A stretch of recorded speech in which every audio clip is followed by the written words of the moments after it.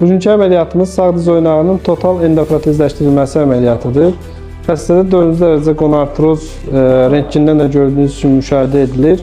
Əlamətləri əsas odur ki, sağ diz oynağında, ümumiyyətlə diz oynağında kəskin ağrılar, yəni ağrılar yandırıcı xarakteri daşıyır, göynədici ağrılar deyil. Sanki diz oynağının içərisində bir küt alət salıb bərk vurursan, içərisini oyursan kimi belə bir hissiyat yaradır. Ona görə də bu mərhələdə artıq müalicə, konservativ müalicə və fizioterapiyanın heç bir rolu olmadığı üçün, yəni heç bir müsbət effekti olmadığı üçün bu əməliyyatdan istifadə olunur. Bu əməliyyat, yəni bilindiyi kimi çox belə qorxulu, böyük bir əməliyyat deyil. Xəstə səhərsi günü aktivləşdirilir və bir ay müddətində reabilitasyon dövrü keçəndən sonra xəstə normal həyat tərzinə qayıdır. Bir ay yarım çəkir, yəni xəstənin öz bədən vəziyyətindən asılıdır. Əməliyyatda istifadə edildiyimiz implant Büyüvan firmasıdır. Bu Amerikan bir firmasıdır. Bu həm uzun ömürlüdür, həm də funksional baxımdan daha etibarlı, keyfiyyətli bir firmadır.